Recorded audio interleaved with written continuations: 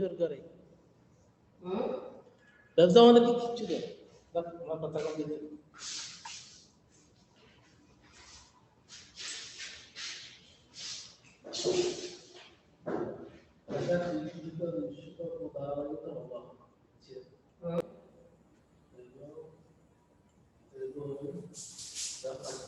প্রিয় শিক্ষার্থীরা, আশা করি সবাই ভালো আছো।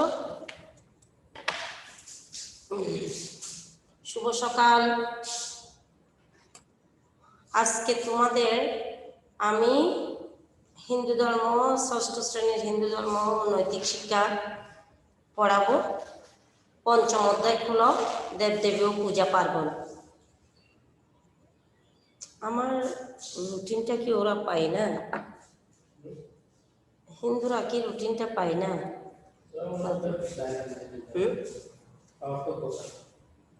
পঞ্চম অধ্যায় ঈশ্বরের সাকার রূপকে দেবদেবী বলে।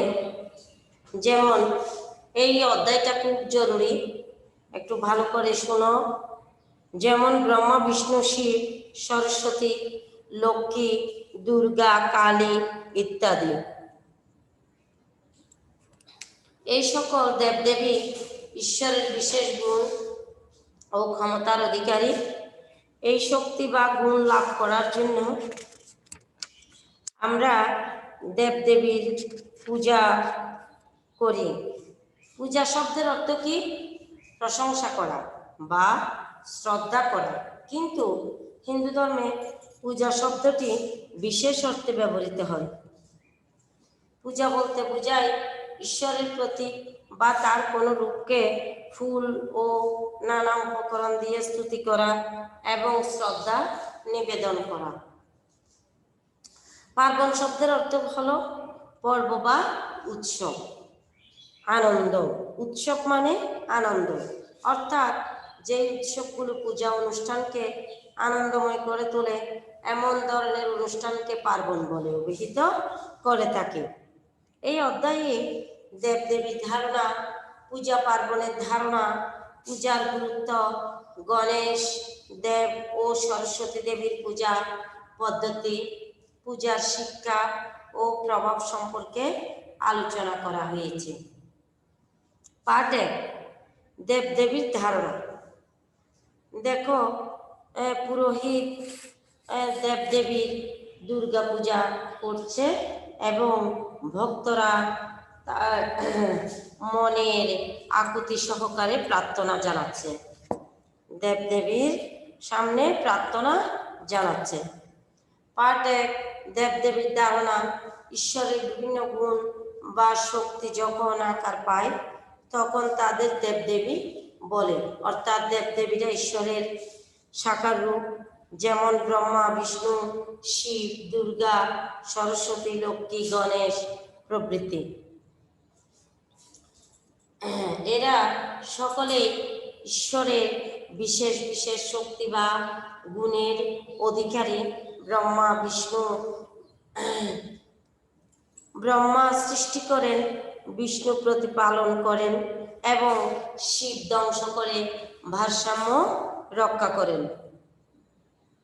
আবার সরস্বতী বিদ্যার দেবী, গণেশ সফলতার দেবী, দেবতা, এইরকম অনেক দেবদেবী রয়েছেন। এই সকল দেবদেবীর পূজার মধ্যে দিয়ে আমরা তাদের প্রতি শ্রদ্ধা জানাই। তাদের কাছ থেকে বিশেষ বিশেষ গুণ বা শক্তির প্রার্থনা করি।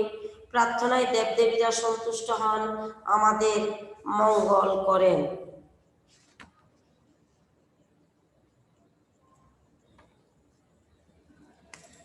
পূজা পার্ট 2, পূজা পার্বণের ধারণা। পূজা সাধারণ অর্থে পূজা বলতে প্রশংসা করা বা শ্রদ্ধা নিবেদন করাকে বোঝায়। কিন্তু হিন্দু ধর্মে পূজা সাকার উপাসনার পদ্ধতি। এই ক্ষেত্রে দেবদেবীর প্রশংসা বা শ্রদ্ধা করার জন্য তাদের সেবা, স্তুতি ও গুণকীর্তন করে প্রণাম করা হয়। নিবেদন করা হয় পুষ্পপত্র, ধূপ, দীপ, জল, ফল ইত্যাদি নৈবেদ্য। জীবের মঙ্গলের জন্য প্রার্থনা করা হয়। এই ক্ষেত্রে একত্রে এই বিষয়গুলোকে পূজা বলে। পূজার আচরণগত দিক বলতে পূজা করার রীতিনীতিকে বোঝানো হয়, অর্থাৎ পূজা কিভাবে করতে হবে, কিভাবে প্রতিমা নির্মাণ করতে হবে, কিভাবে ঈশ্বরের কাছে প্রার্থনা করতে হবে, কি কি উপাচারের প্রয়োজন হবে ইত্যাদি বিষয় পূজার আচরণগত দিকের সঙ্গে সংশ্লিষ্ট। দেশ ও অঞ্চল ভেদে পূজা পদ্ধতির ভিন্নতা রয়েছে, তবে পূজা করার মৌলিক দিকগুলোর মধ্যে কোনো পার্থক্য নাই। আবাহন, অর্ঘ্য প্রদান, ধ্যান, পূজা মন্ত্র, পুষ্পাঞ্জলি, বিভিন্ন প্রার্থনা মন্ত্র, প্রণাম মন্ত্র ইত্যাদি পূজার বিভিন্ন অঙ্গ। তাহলে আমরা যে পূজা করি এগুলি বিভিন্ন অঞ্চল ভেদে পূজার পার্থক্য, যেমন পূজা পদ্ধতির বিভিন্ন পদ্ধতিতে করে থাকে, পূজা পদ্ধতির ভিন্নতা রয়েছে, কিন্তু আসলে মৌলিক দিকগুলির মধ্যে কোনো পার্থক্য নাই। মৌলিক দিকগুলি কি কি? তোমার এই যে প্রণাম মন্ত্র, অর্ঘ্য প্রদান, আবাহন, ধ্যান, পূজা মন্ত্র, এগুলির মৌলিক দিকগুলির মধ্যে কোনো পার্থক্য নাই। আমরা প্রতিদিন পূজা করি, আবার প্রতি সপ্তাহ, প্রতি মাস বা বছরের বিশেষ বিশেষ সময়েও বিভিন্ন দেবদেবীর পূজার আয়োজন করে থাকি। দেবদেবী অনুসারে পূজা পদ্ধতি ও মন্ত্র ভিন্ন ভিন্ন হয়ে থাকে, মানে এক এক দেবদেবীর মন্ত্র এক এক রকম। তবে যে কোনো দেবদেবীর পূজা করার ক্ষেত্রে কতগুলো সাধারণ নিয়ম নীতি অনুসরণ করতে হয়। এই নিয়ম নীতিগুলোকে সাধারণভাবে পূজাবিধি বলে। পার্বণ। পার্বণ শব্দের অর্থ হলো পর্ব বা উৎসব। উৎসব মানে আনন্দময় অনুষ্ঠান। পার্বণ বলতে আমরা বুঝি যেসব পর্ব পূজা অনুষ্ঠানকে আনন্দময় করে তোলে, যেমন প্রতিমা নির্মাণ, দেবতার ঘর সাজানো, বিভিন্ন ধরনের বাদ্যের আয়োজন, বিশেষ করে ঢাক, ঢোল, ঘণ্টা, করতাল, কাশি, শঙ্খ ইত্যাদি, ভক্তদের সাথে ভাব বিনিময়, কিছুটা বিচিত্র ধর্মী খাওয়া দাওয়া, বিভিন্ন ধরনের আনন্দমূলক অনুষ্ঠানের আয়োজন, পরিচ্ছন্ন পোশাক পরিধান ইত্যাদি। পাঠ 3 দেবদেবীর পূজার গুরুত্ব। মানুষ সামাজিক জীব, সমাজবদ্ধভাবে বাস করায় মানুষের প্রকৃতি ধর্ম সমাজকে সুসংগঠিত করে গড়ে তোলে। আধ্যাত্মিক ও আর্থসামাজিক দিক থেকে পূজা পার্বণ যথেষ্ট গুরুত্ব বহন করে। পূজা পার্বণের মাধ্যমে সামাজিক মিলনের সৃষ্টি হয়। আমরা বিভিন্ন ধরনের পূজা পার্বণের মধ্যে আমাদের প্রত্যেকটা আত্মীয় স্বজনের মধ্যে একটা সামাজিক মিলনের সৃষ্টি হয়। পূজা পার্বণের মধ্যে যেমন প্রত্যেকটা দুর্গা পূজায় অনেক মানুষ শহরে থাকে, দুর্গা পূজার সময় শহর থেকে গ্রামের মধ্যে চলে আসে। পূজা পার্বণের মধ্যে মানুষ শহর থেকে গ্রামের মধ্যে চলে আসে, তাই আমাদের পূজা পার্বণের মধ্যে একে অন্যের সাথে সামাজিক মিলনের মধ্যে একটা সংহতি মিলন সৃষ্টি হয়, সামাজিক মিলন সৃষ্টি হয়। পূজা পার্বণের মাধ্যমে এটি হয়ে থাকে। সকলে মিলে যখন পূজা করা হয় তখন পূজা হয়ে ওঠে পার্বণ বা উৎসব মুখর। প্রতিমা আনয়ন, পূজার উপকরণ সংগ্রহ, মন্দিরে পূজার সাজসজ্জা, ধূপের গন্ধ, আরতি, প্রসাদ বিতরণ, নতুন পোশাক পরিধান প্রভৃতি আমাদের মনে সুন্দর ও পবিত্র পরিবেশের সৃষ্টি করে।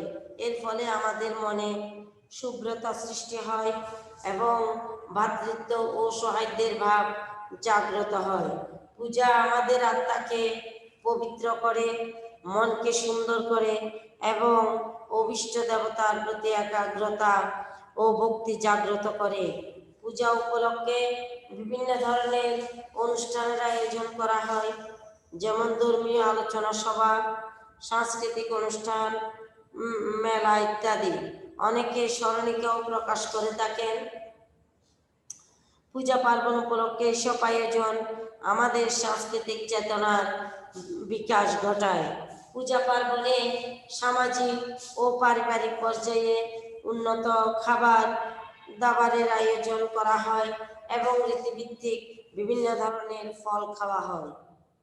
ফলে আমরা পূজা পার্বণের মধ্যে বিভিন্ন ধরনের ফলমূল দিয়ে দেবীর সামনে পূজা করে থাকি এবং এই ফলমূল আমরা পূজা হওয়ার পর সবাইকে প্রসাদ হিসাবে বিতরণ করে থাকি। ফলে পারিবারিক পুষ্টি সমস্যা সমাধানে পূজা গুরুত্বপূর্ণ ভূমিকা পালন করে থাকে। বিভিন্ন পূজায় বিভিন্ন ধরনের উদ্ভিদের অংশবিশেষ প্রয়োজন হয়, যা পূজা উপকরণ হিসেবে বিবেচনা করা হয়। ফলে শিশুরা শৈশব থেকেই বিভিন্ন ধরনের গাছপালার সাথে পরিচিত হওয়ার সুযোগ পায় এবং উদ্ভিদের গুণাগুণ সম্পর্কে অবহিত হয়।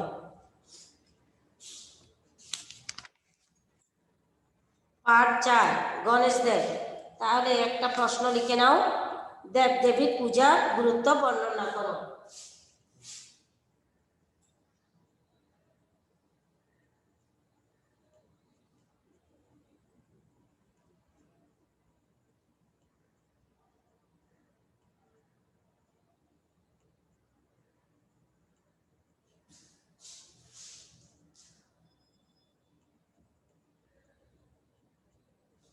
দেবদেবীর পূজার গুরুত্ব বর্ণনা করো। পার্ট 4, গণেশ দেব। গণেশ দেবের পরিচয়। গণেশ দেব সিদ্ধি বা সফলতার দেবতা। গণেশ দেব গণপতি, গজানন, হেরম্ব, বিনায়ক প্রভৃতি নামে পরিচিত। গণেশ দেবকে আমরা হেরম্ব বলে থাকি, গজানন বলে থাকি, বিনায়ক বলে থাকি। গণেশ দেবকে তার মা তো সবসময় বিনায়ক বলে ডাকে। গণেশের শরীর মানুষের মতো, তার উপর গজবা হাতির মাথা বসানো, এই জন্য গণেশকে গজানন বলা হয়। তার 4 হাত 3 চোখ, লম্বা তার উদর, স্থূল বা মোটা তার শরীর। তিনি একটু বেঠে। গণেশের বাহন ইঁদুর। দেবতা হিসেবে গণেশ সর্বময় ক্ষমতার অধিকারী। তিনি সকল বাধা বিপত্তি দূর করে মানুষের সকল প্রচেষ্টায় সফলতা দান করে। তোমরা তো গণেশের পরিচয় সম্পর্কে অবশ্যই জানো, মা দুর্গার ছেলে গণেশ। এই কারণে যে কোনো কাজ আরম্ভ করার পূর্বে দেবতা গণেশের পূজা করা হয়।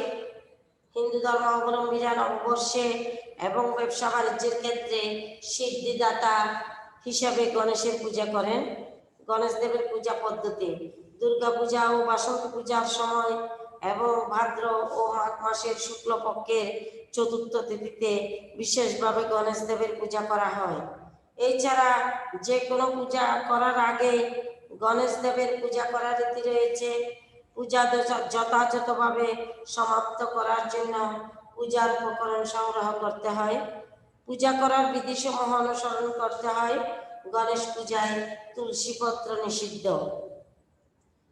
তুলসীপত্র, তুলসী পাতা দেওয়া যাবে না গণেশ পূজায়।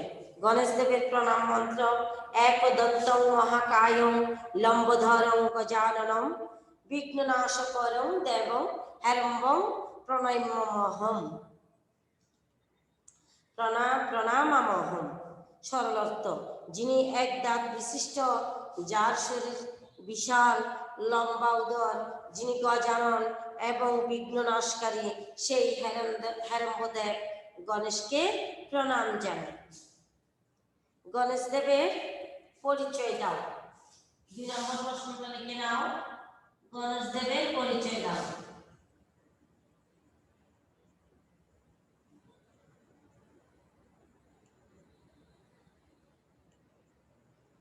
পরিচয় বর্ণনা করো।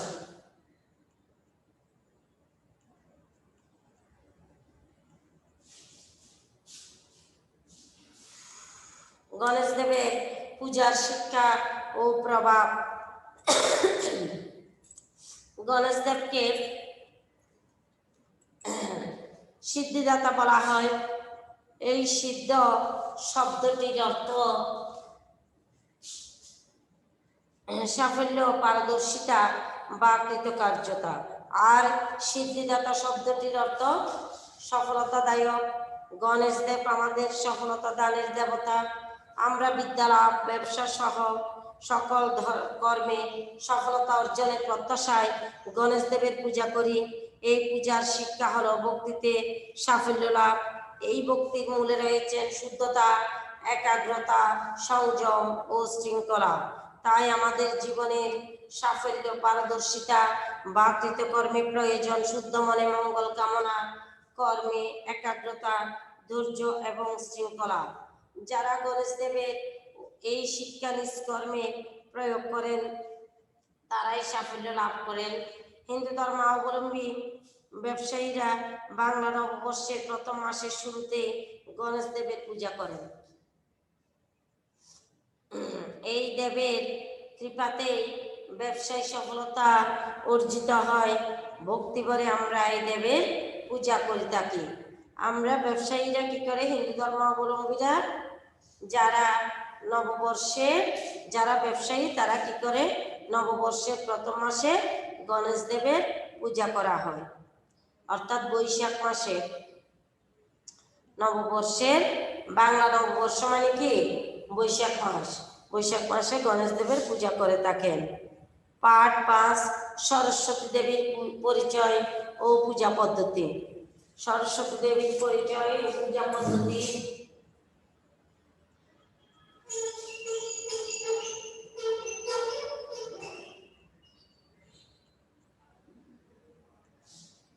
সরস্বতী দেবী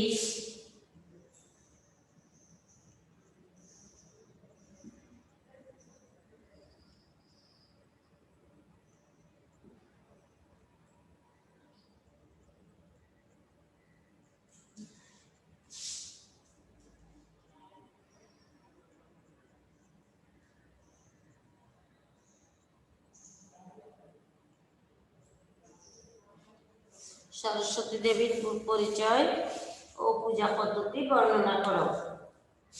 সরস্বতী দেবী বিদ্যা, সংস্কৃতি ও শিল্পকলার দেবী। আমাদের সরস্বতী দেবী কি? আমাদের বিদ্যা ও সংস্কৃতি, শিল্পকলার দেবী।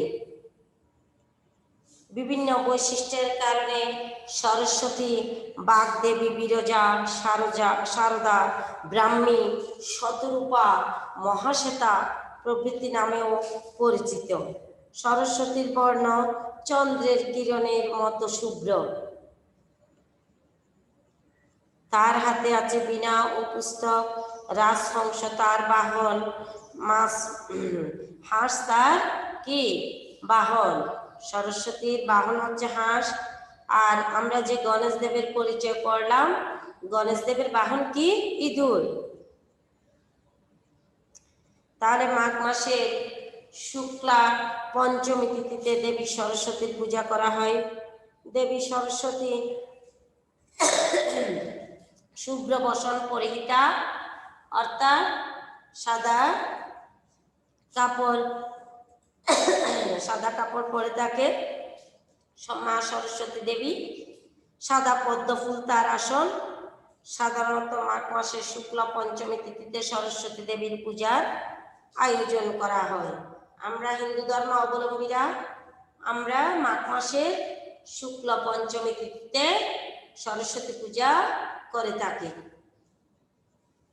সাকার রূপে প্রতিমার মাধ্যমে সরস্বতী দেবীর পূজা করা হয়।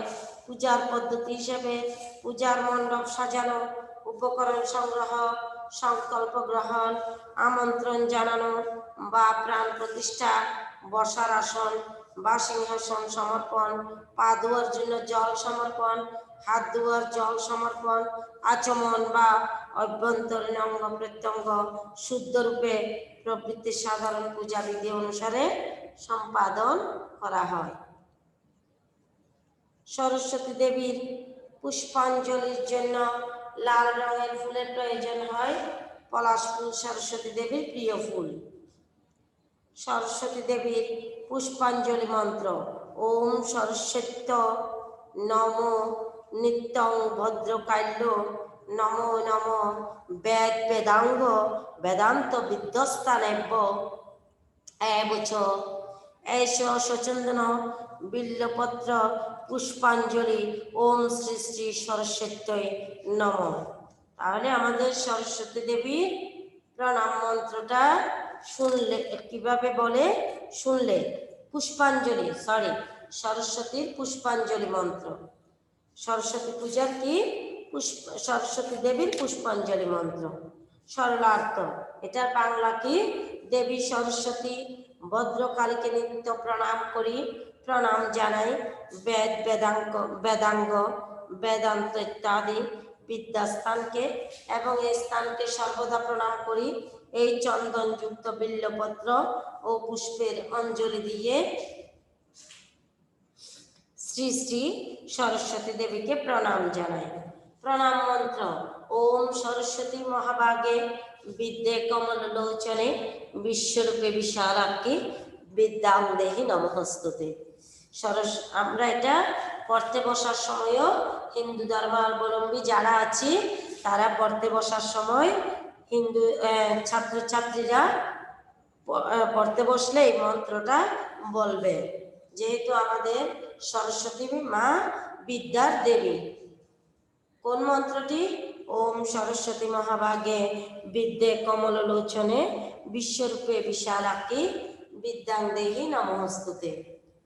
এই মহিষী বিদ্যা দেবী সরস্বতী, পদ্ম ফুলের মতো তোমার চক্ষু, তুমি বিশ্বরূপা। হে বিশাল চক্ষু ধারণকারী দেবী, তুমি বিদ্যা দান করো, তোমাকে প্রণাম করি। পাঠ 6। সরস্বতী দেবীর পূজার শিক্ষা ও প্রভাব। সরস্বতী বিদ্যার দেবী। হিন্দু ধর্মাবলম্বীরা নিজেদের মনের অজ্ঞতা দূর করা এবং জ্ঞান বিকাশের জন্য বিদ্যা দেবী সরস্বতীর পূজা করে থাকেন। মনের জ্ঞান অন্ধকার অজ্ঞতা দূর করার মনের অজ্ঞতা দূর করার জন্য, জ্ঞান বিকাশের জন্য আমরা মা সরস্বতীর পূজা করে থাকি। এর মধ্যে দিয়ে জ্ঞান আহরণের আগ্রহ বেড়ে যায়। সামাজিক দিক থেকে সরস্বতী পূজার গুরুত্ব রয়েছে। স্কুল কলেজের হিন্দু ধর্মাবলম্বী ছাত্রছাত্রীরা এই দিনটি গভীর ভক্তি সহকারে উদযাপন করে থাকে। যারা স্কুল কলেজে হিন্দু ধর্মাবলম্বী ছাত্রছাত্রী রয়েছে তারা মাঠের মধ্যে স্কুল কলেজের মাঠের মধ্যে বড় করে মা সরস্বতীর পূজা করে থাকেন। বিদ্যা দেবী সরস্বতীর কাছে বিনীতভাবে পুষ্পাঞ্জলি অর্পণ করে এবং প্রার্থনা করে মা যেন তাদের বিদ্যা দান করে। সামাজিক প্রেক্ষাপটে সরস্বতী পূজার মাধ্যমে সমাজের সকল শ্রেণীর পূজারীরা বিভিন্ন পূজা মণ্ডপে পুষ্পাঞ্জলি দেওয়ার জন্য একত্রিত হন এবং নিজেদের মধ্যে বিভিন্ন বিষয়ে আলোচনায় অংশগ্রহণ করেন, যা জ্ঞান বিকাশের সহায়ক ভূমিকা পালন করে। অপরদিকে নিজেদের মধ্যে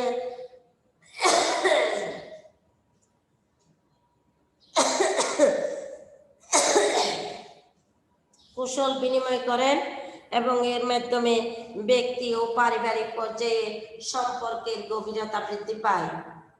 আমরা পূজার মধ্যে বিভিন্ন আত্মীয়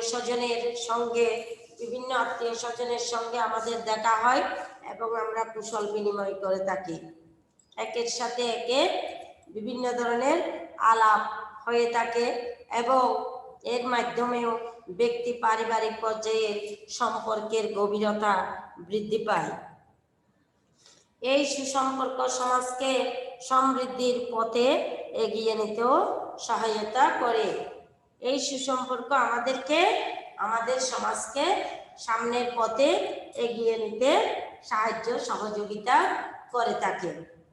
আধ্যাত্মিক দিক থেকে সরস্বতী পূজার মাধ্যমে পূজারীদের মধ্যে বিদ্যা অর্জনের একাগ্রতা ও মনোবল অনেকটা বৃদ্ধি পায় এবং তা একজন পূজারীর নৈতিকতাকে যেমন সমৃদ্ধ করে তেমনি ভবিষ্যতের স্বপ্ন অর্জনের শক্তি যোগায়। তাহলে এটা সরস্বতী দেবীর পরিচয় ও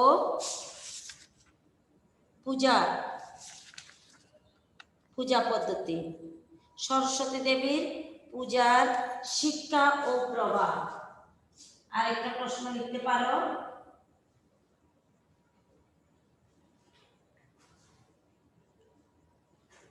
সরস্বতী দেবীর পূজার শিক্ষা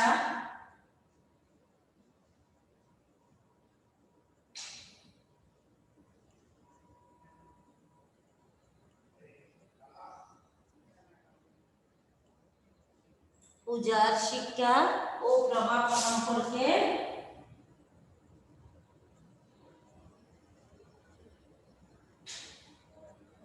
ও প্রভাবের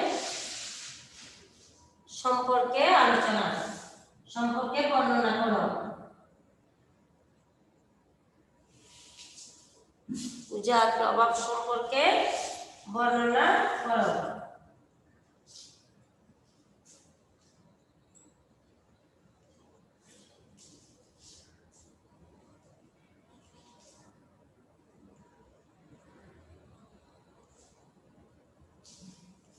সরস্বতী দেবীর পূজার শিক্ষা ও প্রভাব সম্পর্কে বর্ণনা করো।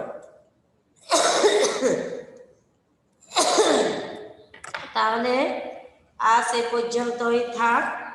আগামী ক্লাসে আবার দেখা হবে। তোমরা ভালো করে পরীক্ষা অ্যাসাইনমেন্টের প্রশ্নের উত্তর দেওয়ার জন্য চেষ্টা করবে এবং বিষয়বস্তু, সৃজনশীল তথ্য সবগুলি অ্যাসাইনমেন্টের প্রশ্নের উত্তরের সঙ্গে তুলে আনবে। বুঝছো? সব কিছু সুন্দর করে লেখার চেষ্টা করবে। আর অ্যাসাইনমেন্টের উপরে একটা কভার পেজ দিতে পারো। কভার পেজের মধ্যে তোমরা স্কুলের নাম, এটা আমি আগেও বলেছি, এখনো বলতেছি, স্কুলের নাম, তারপরে স্কুলের লোগোটা আঁকতে পারো। তারপরে তোমার উপস্থাপনায় তোমার শ্রেণী, রোল নং, শাখা, তোমার এগুলি সব তোমার নাম, শ্রেণী, রোল নং সবগুলি লিখবে। তত্ত্বাবধানে বিষয় শিক্ষিকার নাম লিখতে পারো। মানে কভার পেজের মধ্যে সুন্দর করে অ্যাসাইনমেন্ট, মানে কি অ্যাসাইনমেন্টের কভার পেজের মধ্যে একটু সুন্দর করে আর্ট করবে, সুন্দর করে একটু সুশৃঙ্খলভাবে সুন্দর করে একটু সাজিয়ে লেখার চেষ্টা করবে। তাহলে তোমাদের অ্যাসাইনমেন্টটা আরো সুন্দর হবে। তাহলে ভালো থাকো, সুস্থ থাকো, নিরাপদে থাকো। আজ সে পর্যন্তই। আগামী ক্লাসে আবার দেখা হবে।